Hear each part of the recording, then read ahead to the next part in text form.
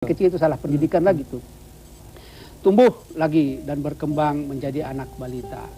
Dalam hadis Rasul dijelaskan, bimbinglah anakmu, dan ketika dia berumur 7 tahun, kalau dia tidak salat, tidak menyembah Allah, kamu boleh melakukan kekerasan, tanda kutip, bukan kekerasan fisik, tetapi ketegasan, supaya dia sadar bahwa saya harus tetap berada di relnya. Kemudian ya. begitu terus. Jadi ada proses komunikasi dan proses pembelajaran tarbiyah ya dalam mendidik anak, sehingga nanti ketika dia sudah dewasa, dia sudah memulai juga dirinya untuk bagaimana menjadi contoh teladan bagi anaknya selanjutnya. Itu pendidikan anak yang mestinya. Sementara kita sekarang kadang-kadang selalu berdoa kepada Allah untuk diberikan anak, tetapi ketika anak kita sudah lahir, kita hanya mau menikmati pada saat anak itu masih lucu-lucunya gitu. Begitu dia sudah menjadi remaja, ada karakternya sendiri, tantangannya sudah atau mungkin bahkan dari kecil kita lebih banyak membentak.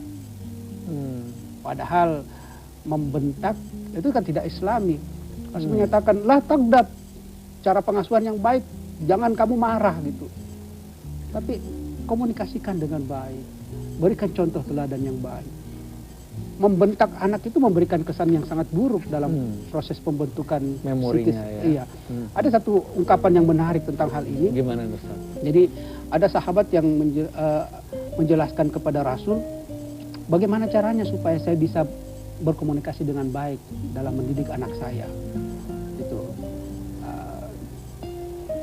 Sebelumnya ada kisah ini bahwa ada seorang ibu yang datang kepada Rasulullah untuk meminta kepada Rasul supaya didoakan anaknya, bayinya gitu. Kemudian Rasul mengambil alih, digendong. Sementara digendong tiba-tiba pipis gitu. Dia buang air kecil, akhirnya mengenai pakaian Rasulullah. Sang ibu ini marah ya, kaget gitu. Aduh, memalukan saya. Dia langsung maaf gitu ya. Tidak hanya maaf, segera dia mengambil bayi itu, kemudian memarahi. Aduh, kenapa kamu kencing di Rasul kamu gitu.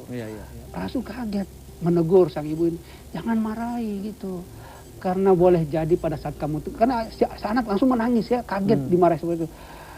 Kok baju saya yang kotor ini bisa dibersihkan, tetapi gara-gara marahmu itu kamu belum tentu bisa mengembalikan syarafnya yang terputus ketika mendengarkan kamu marah. Itu proses pembelajaran diajarkan oleh Islam seperti itu.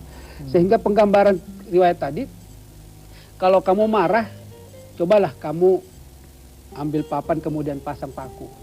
Ya, kalau kamu setiap kali kamu marah, pasang paku lagi satu. Jadi bisa mengevaluasi diri nanti berapa banyak paku yang tertancap sebegitu kali kita marah kepada anak kita, setiap kali kita berkomunikasi gitu. Atau perlu papan baru ya? Iya, kalau perlu papan baru. Begitu banyaknya marahnya. Marah sekali ya. Tapi kalau kita berhasil mengendalikan marah itu, maka cabut paku itu satu persatu. Baik. Nah, pembelajarannya adalah coba perhatikan. Boleh jadi karena kita bisa mengendalikan marah, ketika kita mencabut paku itu, kita sadar ternyata saya bisa mengendalikan marah saya. Tapi perhatikan, apakah bekas paku itu hilang juga bersama dengan dicabutnya paku? Iya. Itu kalau lubangnya masih ada, itu berarti amarah itu bisa dihentikan, tetapi dampak dari amarah itu bisa membekas dan akan menjadi referensi dalam pembentukan karakter anak-anak. Betul. Bayangkan kalau anak yang dibesarkan dengan bentakan, begitu banyak luka yang di dalam kalbu dia begitu ya Ustaz ya. Ada cerita menarik loh ini Mas. Baik, silahkan. Pagi-pagi biar bangun ini ibu-ibu yang ini kita petik lagi dari satu buku yang judulnya Half Full, Half Empty. Setengah penuh, setengah isi. Ya. Baik, silakan. Menarik nih. Ada sebagian cerita menjelaskan bahwa ada seorang anak kecil, umurnya kurang lebih 3 tahun. Baik. Kita sebutnya anak ini namanya si Upik. Baik. Ya.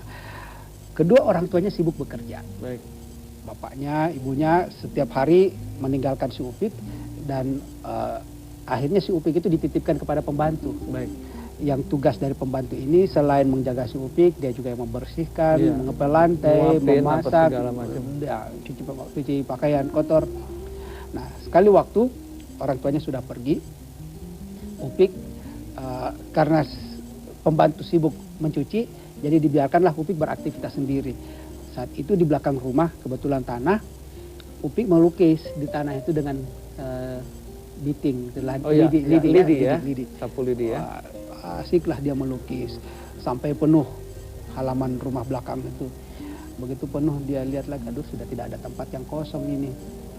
Dia coba tanpa sadar dia lihat ada paku berkarat yang dia bandingkan dengan lidi ini, wah lebih bagus ini. Paku, coba ya? dia tarik garis, wah ternyata lebih mantap jelas. Ya. Mantap.